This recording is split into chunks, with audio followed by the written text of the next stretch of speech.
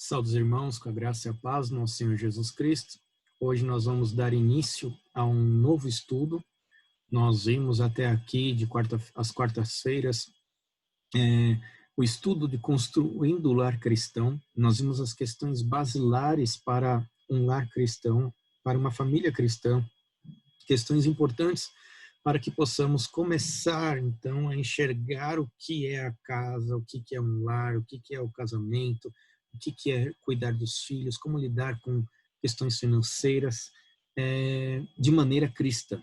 Agora, nós vamos começar uma nova fase desses estudos, onde nós vamos fazer os reparos para aqueles que já estão casados, que conforme foram fazendo o estudo, viram muitas vezes que o ideal que estão vivendo não é exatamente aquele que Deus requer de nós. Nós vamos percebendo durante os estudos diversas falhas nas nossas vidas, no nosso casamento, nas nossas famílias, e a sensação que temos quando começamos a perceber isso é que tudo está errado e que as coisas são assim mesmo. Mas as coisas não são assim. Nós podemos reparar estas coisas que estão erradas. Tudo que começou errado não significa que precisa terminar errado.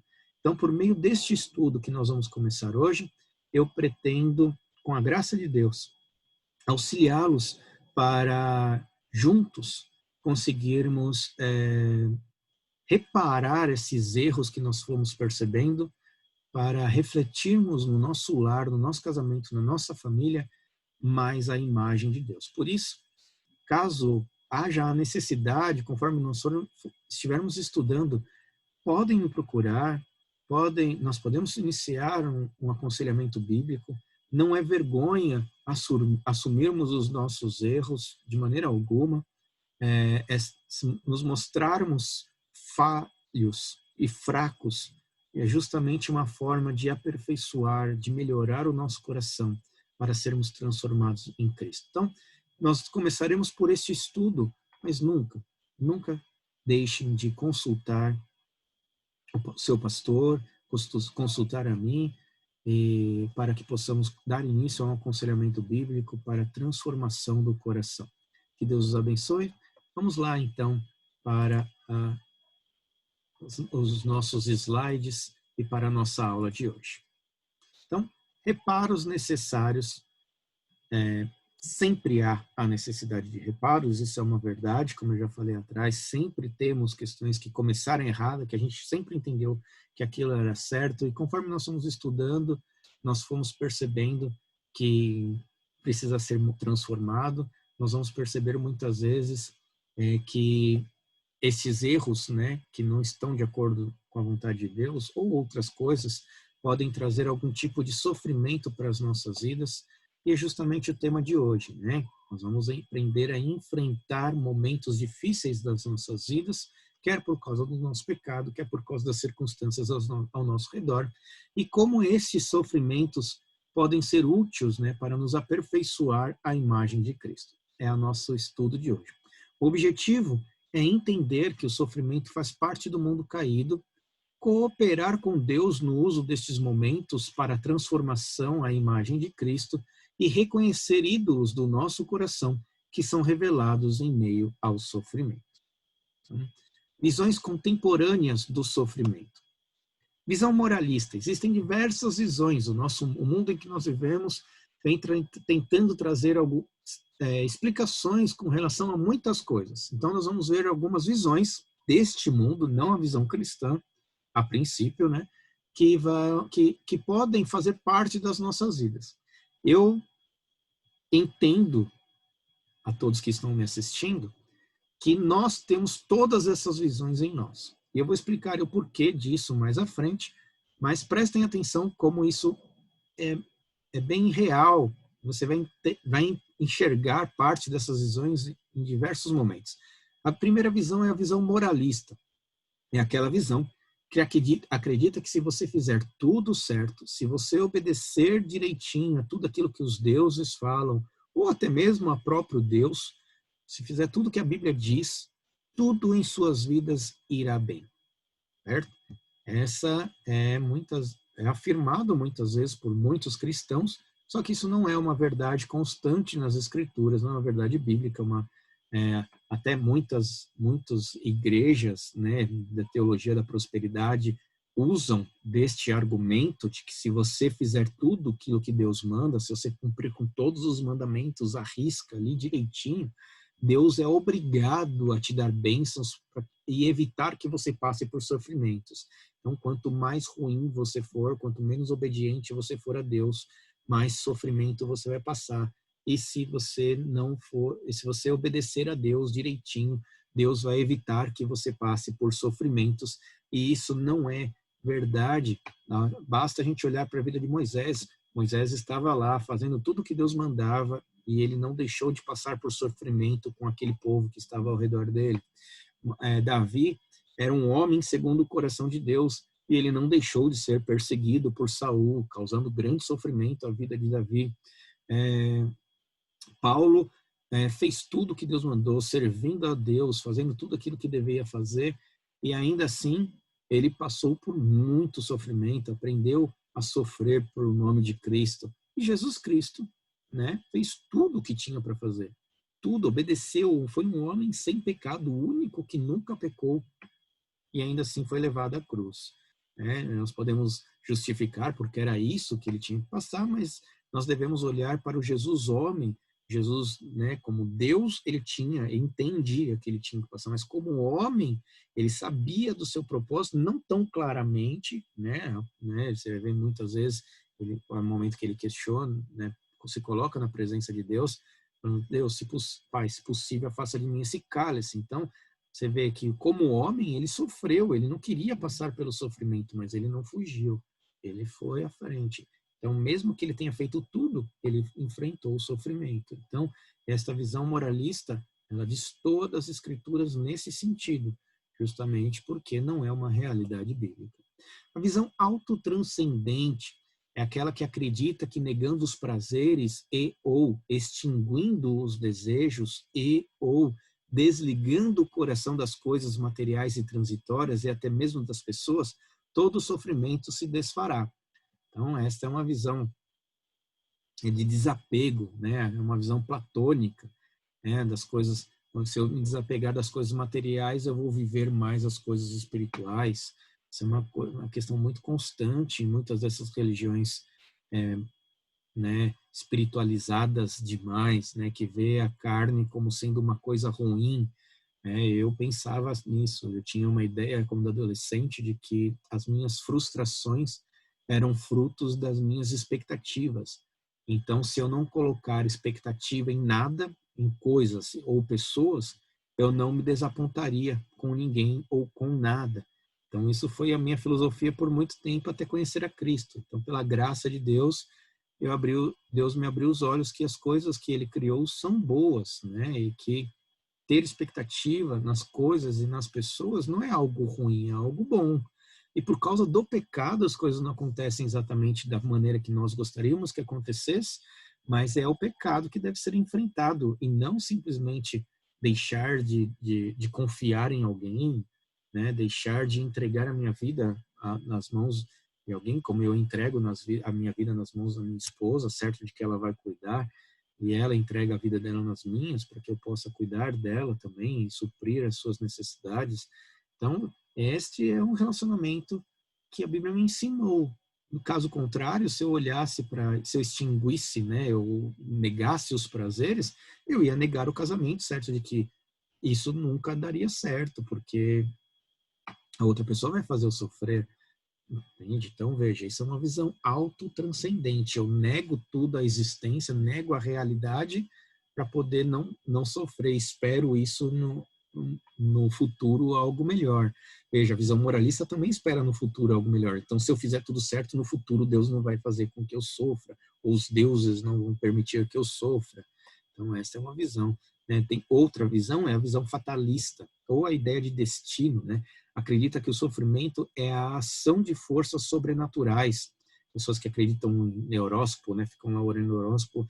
Então as estrelas, de acordo com o cosmos, hoje eu não posso sair de casa. Então a pessoa não sai de casa sem consultar o horóscopo. Então ela está determinando que o seu destino está todo traçado de acordo com a posição dos astros, né?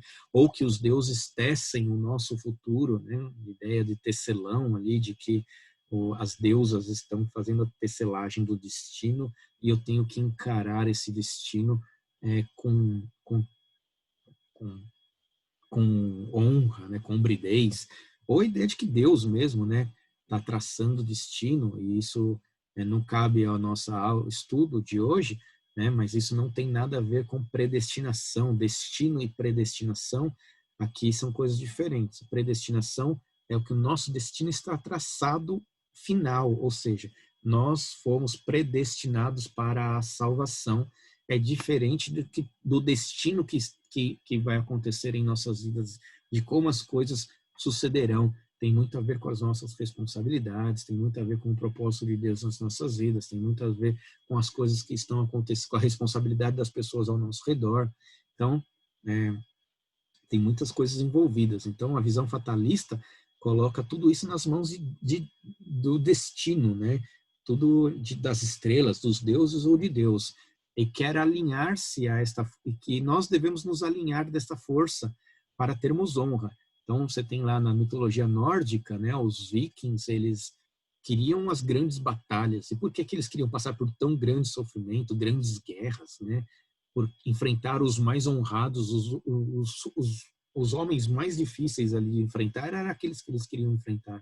Por que eles queriam isso? Porque se ele enfrentasse isso de frente, né, esse sofrimento de frente, enfrentasse essas lutas de frente, ele ia ser aceito com honras no Valhalla. Então, né, você vê na história do Thor aí, os adolescentes, os jovens, né, como que ele enfrentava as lutas justamente para ser reconhecido, ser um homem de honra. E o sofrimento todo ali, isso não é bem real, né? Então, nós podemos enxergar isso também com os muçulmanos, né, na religião islâmica, por exemplo, em que eles enfrentam o sofrimento como uma questão de honra, para ganhar honras ali no paraíso. E muitos cristãos acreditam também que tem que enfrentar o sofrimento de frente justamente porque para receber o galardão no paraíso. Não é isso que o cristianismo ensina. Isso é uma visão fatalista do cristianismo, né? Então, pode ser confundida aí, mas não é isso que Deus está nos ensinando por meio da Escritura. E a visão dualista é aquela que acredita que o mundo é um campo de batalha entre as forças das trevas e a força da luz. Então, ela acredita que mal e bem são coexistentes, eles sempre existiram, e tudo se trata de um equilíbrio entre essas duas coisas, entre o mal e o bem. Isso é muito comum nas religiões orientais, esse equilíbrio. É muito comum também nos nossos dias, numa visão meio secularista dessa ideia dualista, quando nós atribuímos a melhora deste mundo com base em alguns aspectos que este mundo possa oferecer. Então, quando eu coloco a minha esperança na ciência, eu estou falando que a falta da ciência, a falta de conhecimento é ruim. E quando eu adquirir conhecimento suficiente, eu posso criar um mundo melhor. Ou então eu ponho esperança na educação, né? Então tem muitas pessoas que colocam a esperança na educação. A educação é a solução para todo o mal do nosso mundo, né? Então isso é ruim, porque você coloca pessoas ignorantes como pessoas inferiores, pessoas que trazem mal a este mundo, e pessoas cultas, pessoas instruídas, a pessoas que trazem bem a este mundo. Esse não é uma verdade nem mesmo verificável, né? Você, ao olhar para este mundo, você vai ver pessoas muito instruídas que trazem mal a este mundo. Pessoas que só estão interessadas em dinheiro, pessoas que só estão interessadas, que são bem instruídas para ganhar dinheiro, são bem instruídas para benefício próprio, né? E você aprende isso até mesmo na faculdade. Pessoas que fazem direito aprendem a usar do direito para benefício próprio e não para benefício daquelas para trazer justiça. Então, veja que o conhecimento, a educação, não é a solução para este mundo. E acaba diminuindo a outra pessoa, fazendo com que aquela pessoa ignorante, que não sabe nada, ela não tem nada a acrescentar nesse mundo. Só que quando você vai ver a vida dessa pessoa, muitas vezes ignorante, ela tem uma vida ética e moral muito melhor do que aquele que é instruído. Por exemplo, ela sabe que que ela, se ela fizer o mal para alguém, ela tá, ela tá, ela tá cooperando para a maldade deste mundo. Ela tá tão cansada de sofrer que ela não quer fazer a outra pessoa sofrer, que ela se importa com o próximo. Pessoas que têm pouco, é muito mais fácil de repartir aquilo que tem do que pessoas que têm muito, porque é muito que eu vou ter que repartir. Então ela não consegue abrir mão. Pega uma pessoa, constantemente você vê cenas no YouTube aí de pessoas querendo mostrar a humildade de pessoas simples, em que você dá um prato de comida para aquela pessoa que está passando fome, ela pega o prato de comida e divide com outra pessoa, até com a pessoa que está dando coisa para ela. Por quê? Porque ela não está apegada àquilo. Ela consegue enxergar a necessidade e o problema que a necessidade traz. Então, ela consegue ser muito mais compreensiva a questão do sofrimento do que aquele que é instruído. Então, a visão dualista, ela cria problemas mais do que traz solução. Mas é uma visão comum nos nossos dias. Mas uma coisa comum entre essas quatro é que todas elas esperam algo do futuro. A visão moralista acredita que se fizer tudo certo no futuro, ela não vai passar por sofrimento. A autotranscendente acredita que se ela negando os prazeres da carne, os prazeres deste mundo, negando a existência, negando as coisas deste mundo, no futuro ela vai experimentar algo melhor. A visão fatalista também, ela acredita que se ela enfrentar o mal de frente, enfrentar o sofrimento de frente, as coisas que estão acontecendo nas nossas vidas com honra, ela vai receber glórias no futuro. E a visão dualista também acredita que quanto mais ela se esforçar, né, melhor vai ser no futuro. Então tem uma questão meio karmática aqui, né, de que muitas vezes eu estou sofrendo por causa de vidas passadas, né? Então é uma consequência natural ali. Eu tô todo o meu sofrimento, como eu não consigo explicar o sofrimento na vida presente, porque os sofrimentos são injustos, né? São muito maiores muitas vezes do que aquele mal que eu estou cometendo. Então eu olho, eu tento jogar isso para vidas passadas. Deve ter sido uma pessoa muito má no passado, então eu vou agora e quanto melhor eu for e aguentar o sofrimento neste mundo agora, eu vou evoluir para ser um espírito melhor, para ser uma pessoa melhor no futuro. Então, todas estas estão jogando, de certa maneira, coisas melhores para o futuro. Com exceção da visão secularista, né? A visão secularista, ela acredita que o mundo não tem propósito algum. Como ela foi formada do Big Bang, de uma explosão nuclear ali, de uma explosão que trouxe todas as coisas, ou seja lá qual for a teoria de um mundo sempre existente, tudo é fruto do acaso. O mundo existe porque ele existiu, nada tem propósito, nós somos simples criação do acaso, de uma questão de questões químicas que aconteceram então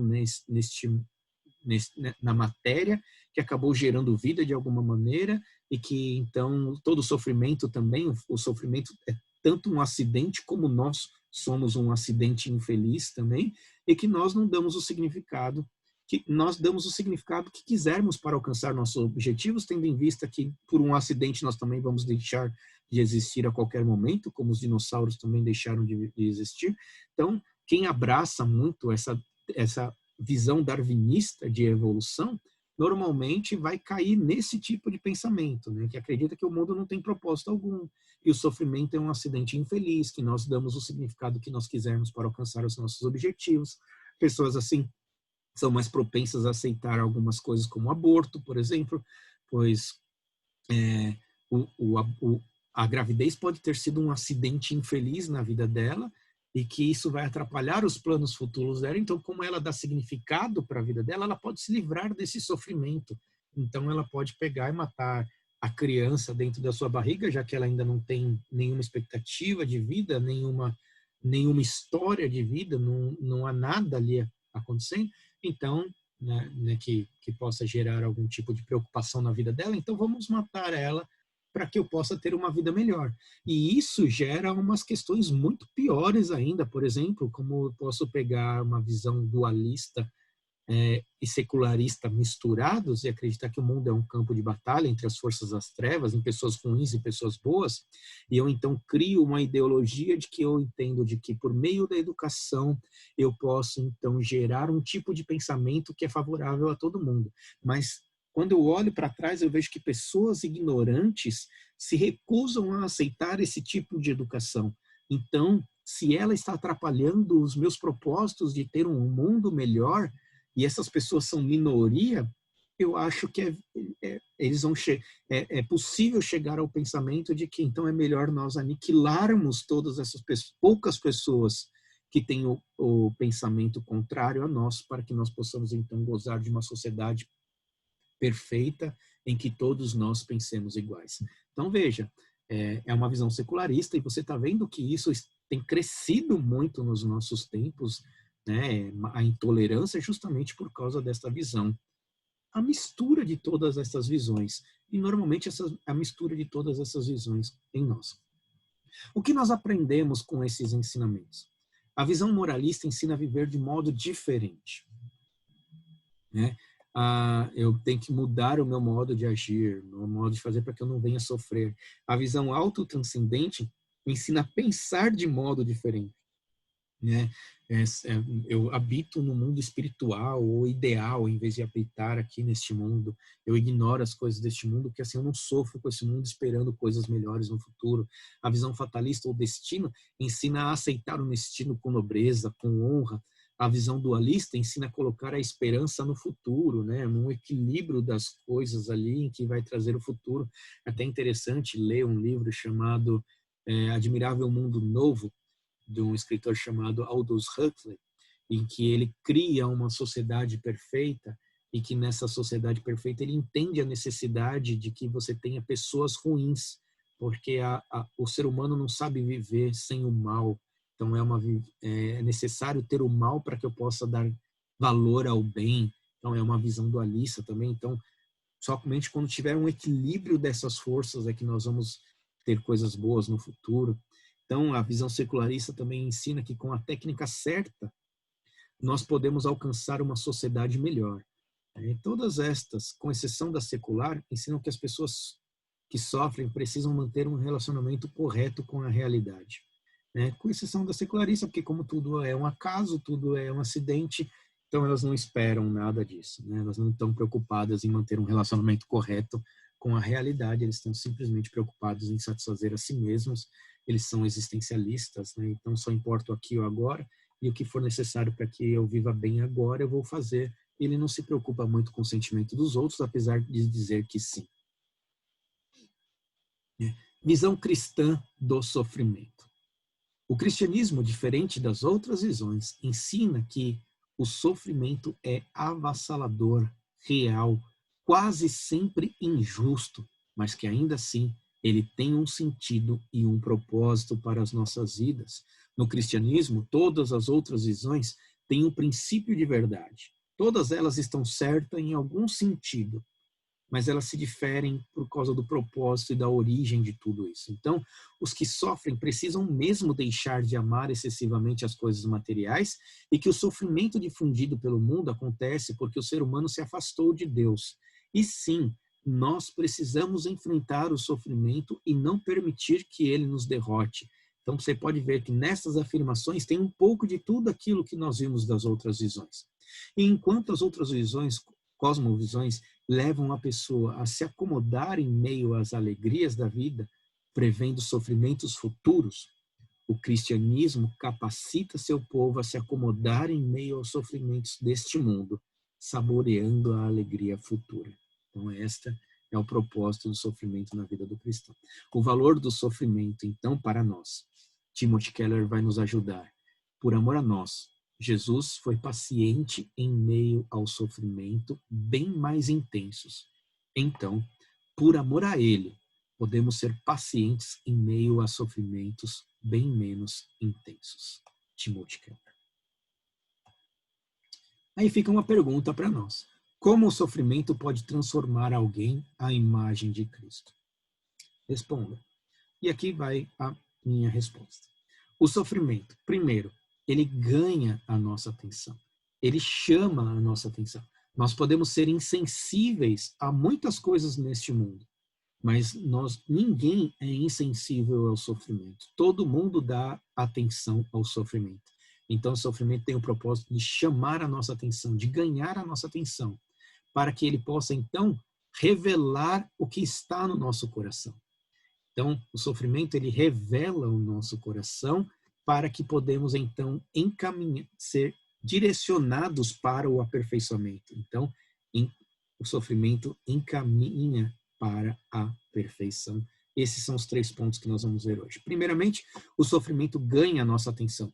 De que maneira o sofrimento ganha a nossa atenção?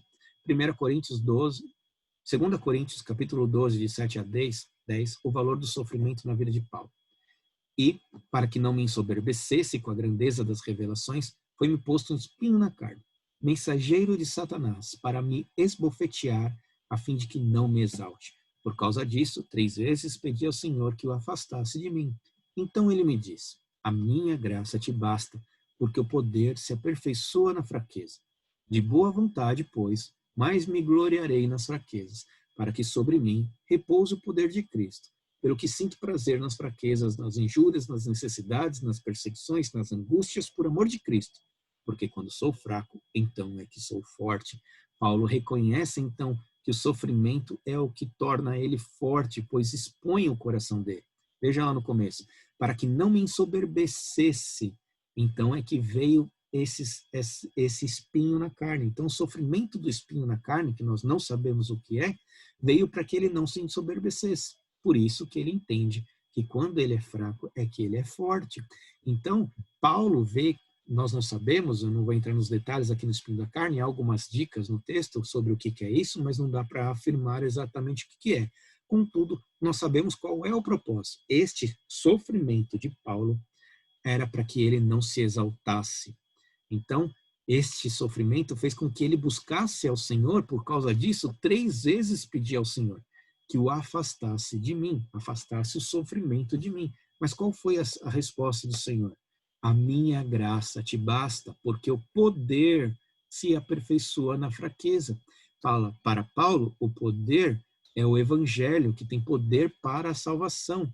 Ou seja, a minha graça te basta. É neste sofrimento que o poder do evangelho se aperfeiçoará na sua fraqueza, e então ele fará grandes coisas, né? Muitas coisas, veja, foi Paulo, no sofrimento de Paulo, que o evangelho então, que o cristianismo se espalhou por todo o mundo. Então, Paulo não desistiu justamente porque ele entendia que o sofrimento poderia então trazer aperfeiçoamento para a sua vida e fazer com que ele cumprisse o propósito na vida dele de anunciar as coisas do evangelho. Nós muitas vezes colocamos na nossa vida o propósito da alegria, mas a alegria nas coisas deste mundo.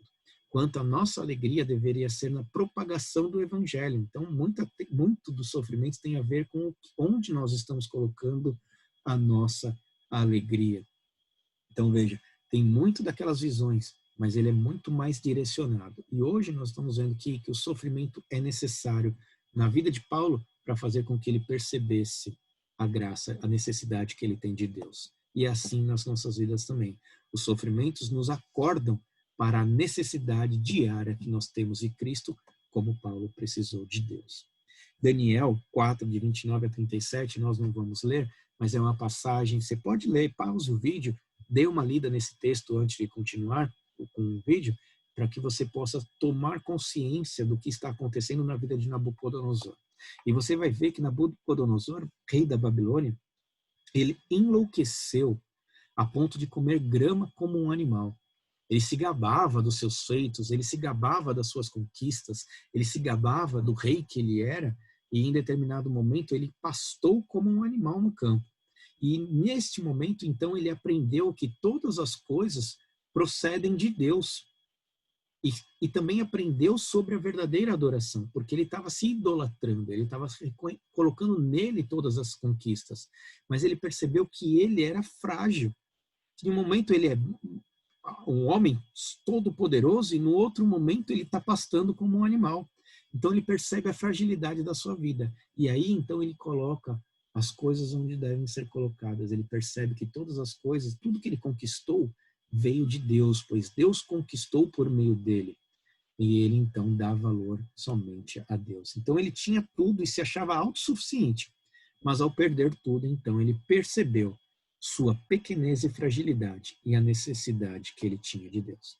Então os sofrimentos mostram para nós a fragilidade e falta de domínio sobre as coisas deste mundo.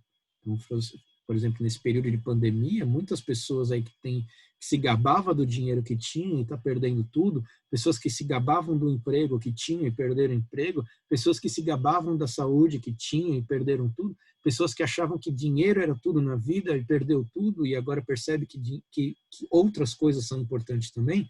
O sofrimento, então, nos mostra que nossa fragilidade e falta de domínio sobre as coisas deste mundo. Ele trouxe a nós, esse sofrimento que estamos passando com esta pandemia, mostra a nossa fragilidade e a falta de domínio sobre este mundo. Né? Então, o sofrimento serve para nos chamar a atenção. E agora nós vamos ver que o sofrimento revela o nosso coração. Veja, no Salmo 139, 23 e 24, no comecinho dele, está falando sobre sofrimento. E ele vai apontar defeitos desconhecidos. E o salmista então diz: sonda-me, ó Deus, e conhece o meu coração. Prova-me e conhece os meus pensamentos. Vê se há em mim algum caminho mau e guia-me pelo caminho eterno. O sofrimento, então, ele nos alerta contra as áreas enfermas da nossa vida espiritual, revelando, né, o que está passando no nosso coração. É um produto da graça, pois aponta os defeitos que talvez nunca reconheceríamos se não fosse por meio do sofrimento. Né? Então, Jeremias nos fala que nosso coração ele é enganoso. Enganoso é o coração, mais do que todas as coisas. Desesperadamente corrupto, quem o conhecerá? Eu, o Senhor, esquadrinho o coração. Eu provo os pensamentos, e isso para dar a cada um segundo o seu proceder, segundo o fruto das suas ações. Então, Deus permite que passemos por situações que revelarão o que realmente está no nosso coração. Deus conhece o nosso coração. Ele não precisa conhecer, ele esquadrinha o nosso coração. Ele sabe exatamente o que tem lá dentro, que é o quê? Desesperadamente corrupto. Ele sabe. Ele esquadrinha e prova os nossos pensamentos. E ele vai recompensar, né? Segundo o proceder, segundo o fruto das nossas ações. Então, Deus permite passarmos por situações que revelam o que realmente está no nosso coração. E ele encontrará onde está o nosso tesouro para revelar isso a nós, com o propósito de nos arrependermos. Então, o sofrimento vem para chamar a nossa atenção, para que, então, por meio deste sofrimento, nós possamos olhar para onde estavam os desejos do nosso coração, para onde eu estava colocando o meu coração, e para que eu possa me arrepender. Deuteronômio deixa isso muito bem claro. Veja só: recordar-te-ás de todo o caminho pelo qual o Senhor teu Deus te guiou no deserto esses 40 anos, para te humilhar, para te provar, para saber o que estava no teu coração, se guardarias ou não os seus mandamentos. Ele te humilhou e te deixou ter fome e te sustentou com maná que tu não conhecias, nem teus pais o conheciam, para te dar a entender que não só de pão viverá o homem, mas de tudo que procede da boca do Senhor viverá o homem. Ou seja, esta passagem está falando que Deus levou o povo para o deserto para fazer com que eles sofressem, justamente para revelar o coração. E quando eles estavam no deserto, eles estavam na presença de Deus. E o que eles estavam querendo? O Egito. Eles estavam querendo voltar para o Egito, para as delícias do Egito. O coração deles não estava em Deus, na alegria de estar com Deus. O coração deles estava nas coisas. Então, Deus conhece o nosso coração. Ele quer que a gente perceba o que está no nosso coração, pois nós desconhecemos o nosso coração. Deus revela a necessidade que temos de depender totalmente dele. Não porque ele precisa saber do que está no nosso coração, mas para que nós saibamos a realidade, que nós dependemos totalmente dele, né? Ele precisou humilhar esses homens para sustentá-los. E nós, então, muitas vezes somos levados ao sofrimento para que a gente possa erguer a nossa cabeça, como fez Nabucodonosor, e ver que Deus é Senhor de toda a realidade.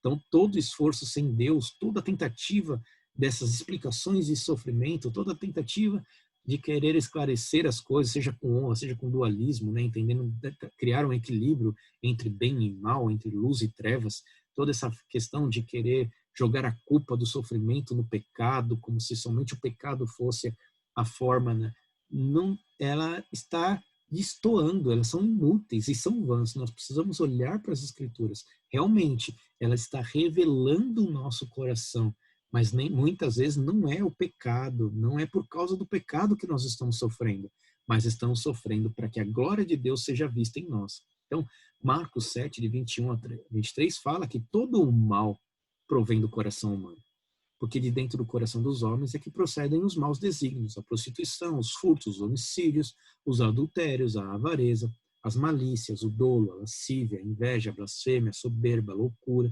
Ora, todos esses males vêm de dentro do homem e contaminam o homem. Então, Deus precisa revelar os ídolos do nosso coração para uma verdadeira transformação. Então, às vezes são coisas que nem foi... Por isso que o sofrimento, às vezes, ele é injusto, né? Muitas vezes, porque ele vai revelar coisas de nós que nós nem sabíamos que tinham. Então, para nós, estamos olhando e achando que é injusto. Mas é porque parte do nosso coração está afastado de Deus. Aí parece que eu estou criando uma questão moralista, né? Mas Deus precisa revelar os ídolos do nosso coração para uma verdadeira transformação. Pois não permite que ídolos sejam formados em nosso coração, tomando o lugar que pertence a ele. Mas uma visão moralista, ele está falando, se você fizer tudo bem, então se você tiver o seu coração bom, tudo será bem. A Bíblia nunca prometeu isso para nós, né? A questão é que as coisas só estarão bem quando Cristo retornar.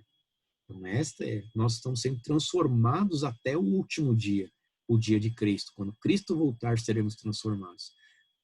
E isso mostra aqui também para nós que nem todo sofrimento é por causa de ídolos em nosso coração ou por causa de algum tipo de pecado. Nós vamos perceber isso na vida de Jó. Jó, Deus mesmo declara ele um homem íntegro e bom, justo, né, e íntegro, que andava em retidão. E o Satanás aparece diante de Deus e fala assim, é porque você o cercou de bênçãos. Tira as bênçãos da vida dele e você vai ver como ele vai blasfemar contra o Senhor.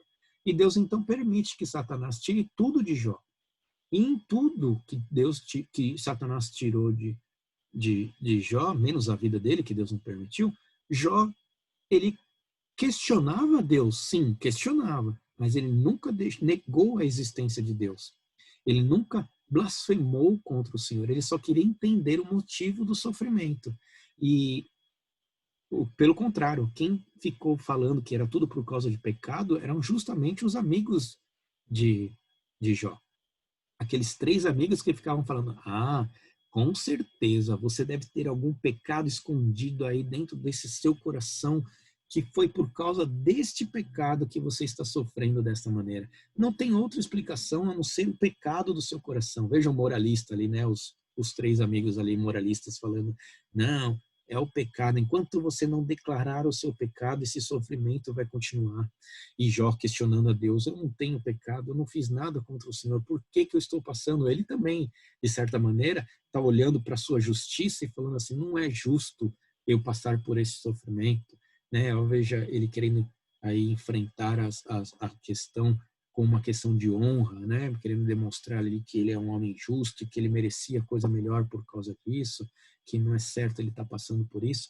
Então você vê todo o diálogo de Jó ali com Deus, e Deus então questiona que há questões entre o céu e a terra que são desconhecidas do homem, mas que isso fez com que ele enxergasse mais de perto a Deus. E Jó então vai declarar lá no final, antes eu te conhecia só de ouvir falar, porém agora meus olhos te veem. Então o sofrimento aproximou Jó de Deus, né? Não era o pecado, não era nada que estava no coração de Jó, mas isso fez com que Jó reconhecesse muito mais aquilo que Deus tinha, a presença de Deus na vida dele, a necessidade de Deus na vida dele. E é isso que eu quero para a minha vida. Eu acredito que vocês também desejam mais da presença de Deus, poder ver ao Senhor, né, contemplar com os nossos próprios olhos a glória de Deus. E muitas vezes nós teremos que passar por sofrimento para poder entender essa grandiosidade. Contudo, né, nós podemos ter certeza que todo esse sofrimento que nós estamos passando, tudo coopera para o bem daqueles que amam a Deus, como diz Romanos 8:28, como nós vimos na vida de Jó. Nós também podemos notar isso na vida daquele jovem, quando os discípulos perguntam por que estava tanto sofrimento sobre a vida daquele jovem. Será que foi o pecado dos pais deles ou foi alguma coisa que ele cometeu? Porque o problema do sofrimento dele era desde nascença, desde que ele nasceu. Então, os discípulos só conseguiam explicar o pecado dos pais, né, para que o filho pudesse nascer daquela maneira. E então Veja como, né, a questão de karma passando ali de de geração para geração. E Jesus diz, não, nem tudo isso, todo sofrimento é por causa do pecado, mas para que seja vista a glória de Deus. Então, esse jovem é curado e a glória de Deus é manifestada dentre os homens ali. Então, é isso que é isso que tem o sofrimento. O sofrimento, né, ele chama a nossa atenção para que nós possamos olhar o nosso coração e perceber a necessidade que nós temos de Deus, ou contemplar mais a glória de Deus em nossas vidas. E então o sofrimento nos encaminha para a perfeição. Redimidos pela graça de Deus, né? Qual é o efeito da graça em nossas vidas? Nós podemos ser transparentes e vulneráveis em nossos relacionamentos familiares, promovendo intimidade raramente vistas em famílias hoje em dia. Então, tem muitas pessoas que se afastam do convívio familiar porque eles estão cansados de sofrer com o julgamento da família, de como a família aponta os erros dela. Na verdade, ela não está querendo olhar para os defeitos dela, então ela culpa a família que fica falando mal dela, que fica falando que ela não presta, que fica falando que ela está fazendo isso errado, que está fazendo aquilo de errado. É claro que a família pode estar errada, mas se não fosse convívio familiar, como que ela pode olhar para o coração mesmo, né? Então, imagina essa pessoa que tem uma família que está toda hora querendo ajudá-la e apontando defeitos da sua vida, e ela então foge dessa família. Ninguém mais vai apontar os defeitos dela, então ela pode viver com os pecados dela da maneira que ela quiser para toda a eternidade. Então a família tem ali, veja, a graça, quando nós somos alcançados por Deus, nós entendemos que o sofrimento está trabalhando para que nós possamos refletir a imagem de Deus, para que nós possamos ser aperfeiçoados à imagem de Jesus Cristo. E nesse aperfeiçoamento, Deus está trabalhando com as circunstâncias ao nosso redor. Essa pessoa que fugir do seio familiar, ela vai enfrentar isso no emprego, ela vai enfrentar isso com os amigos. Daqui a pouco você vai ver pessoas que vivem isoladas e sozinhas, pessoas, né, que têm uma vida mesquinha e arrogante, isolada de todo mundo, que só sabe julgar todo mundo, porque ela se acha Deus dentro do seu próprio cubículo, do seu próprio quadrado. Né? Porque ali ela pode ter o pecado que for, que ninguém pode apontar para ela, e ela pode viver encobrindo o pecado dela e achando que ela não tem pecado, só os outros têm pecados. Então, é justamente no convívio familiar e com outras pessoas que nós somos transparentes e vulneráveis e podemos, então, gerar uma intimidade que vai nos auxiliar a ser pessoas melhores. É a graça de Deus nos colocando em famílias, em convívios familiares e interpessoais que nos auxilia nisso. Então, os relacionamentos próximos, eles funcionam como talhadeiras, né? A talhadeira é aquele instrumento de ferro que o escultor bate com um martelo para transformar uma pedra bruta numa escultura bela. Então, é justamente isso que Deus está fazendo, né? Por meio das circunstâncias que são atalhadeiras nas suas mãos, nas mãos de Deus, ele vai formando, então, relacionamentos familiares verdadeiros e sólidos. Infelizmente, isso é um fato, cada batida dessa talhadeira, ela dói, ela machuca, né? Mas vale a pena. Esse dia eu estava conversando com um amigo meu e eu falando justamente sobre essa questão do sofrimento e ele disse, né? Mas é igual um sorvete. Uma vez eu fui comer um sorvete e mordi a língua, mas valeu a pena, pois eu comi o sorvete. Né? Então, de certa maneira, é isso. Né? Às vezes, as coisas boas trazem algum tipo de sofrimento, mas vale a pena. Infelizmente, cada batida da talhadeira dói, mas vale a pena. Precisamos, então, abraçar a dor como instrumento da graça de Deus para nos fazer mais parecidos com Cristo. Abraçar a dor não no sentido heróico, né, para carregar a honra, não, mas para sermos mais parecidos com Cristo, para que a glória de Cristo seja vista em nós. Assim como a glória de Cristo foi vista em Paulo, essa glória também pode ser vista em nós. Por isso, Paulo aborda muito a questão do papel do Espírito Santo em Romanos 8. Romanos 8 é o capítulo do Espírito Santo, que vai falar como que nós somos aperfeiçoados à imagem de Cristo por meio do Espírito. E ele vai falar, né, que se sofremos com Cristo, com ele nós seremos glorificados. Vê a questão de não a nossa honra, mas a glória de Cristo? Então, no nosso sofrimento é que a glória de Cristo se revela, né? Seremos glorificados com ele. E o sofrimento do tempo presente, então, não se compara com a glória que está por vir, com aquilo que está quando Cristo retornar. Então, aquilo que nós experimentaremos, a transformados à imagem e semelhança de Cristo num novo corpo, né? Totalmente refeitos, não mais a imagem de Adão, mas agora a imagem de Jesus Cristo. E isso é belíssimo, essa expectativa deve ser nutrida. Então, eu posso olhar para o sofrimento presente, de certa maneira, né, com os olhos para a glória, com aquilo que vai vir no futuro, o que me ajuda a passar pelo sofrimento. E mesmo nos momentos de fraqueza, nós vamos ver que o Espírito, lá em Romanos 8:26, que o Espírito nos assiste, ou seja, ele nos auxilia, o Espírito Santo que habita em nós, está nos auxiliando. Nós não estamos passando por esse sofrimento sozinho. O Espírito, Deus está conosco por meio do seu Espírito, nos auxiliando a passar por esses momentos de sofrimento. Muitas vezes, quando estamos sofrendo, em momentos de sofrimento, nós achamos que nós estamos sozinhos, que ninguém entende, que ninguém nos ajuda, mas não. Por mais que você possa olhar e que ninguém esteja realmente te entendendo e que ninguém possa fazer nada por você, acredite, o Espírito Santo está ali sofrendo junto contigo e ele está intercedendo por nós, porque nós não sabemos orar como convém. Porque nós estamos pedindo para se livrar do sofrimento, enquanto o Espírito Santo está falando a medida exata até onde o sofrimento tem que ir, para que o seu coração possa ser transformado à imagem de Cristo. Então, ele intercede por nós em nossos momentos de fraqueza, tanto para o nosso bem, quanto para para nos acompanhar no momento de sofrimento, como para que aquele sofrimento dure somente o necessário para que produza o fruto do Espírito em nossas vidas, ou seja, nos transforme em imagem de Cristo. Então, todas as coisas cooperam para o nosso bem. E quando diz todas as coisas ali, são todas as coisas mesmo, não algumas. Não somente coisas boas cooperam para o bem. Até mesmo o pior do sofrimento coopera para o nosso bem. Deus nos predestinou para sermos a imagem de Cristo. Então, ele nos chama, nos justifica e ele mesmo glorifica. É o Deus que começou a boa obra em nós, que há de terminar.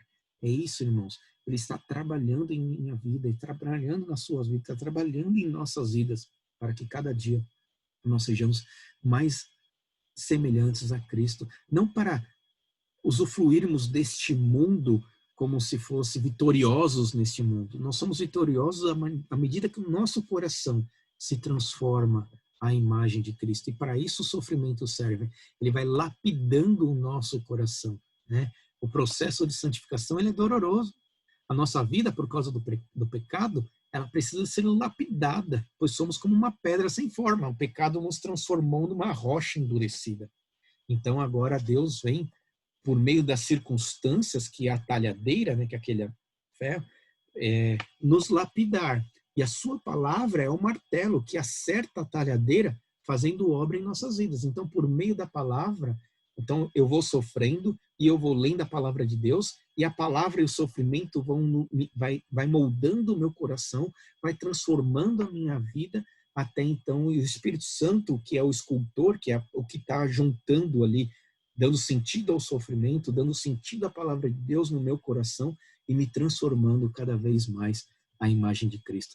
É belíssimo, irmãos. A conclusão que nós temos, então, é que diante do sofrimento, muitas vezes nós tendemos a fugir.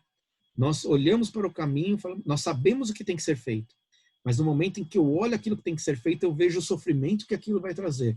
Então a tendência é sair. Eu não faço, ou eu tento contornar, chegar ao mesmo resultado sem passar pelo sofrimento. A gente pode até chegar no mesmo resultado da circunstância, mas o nosso coração não foi tratado da maneira que deveria tratar.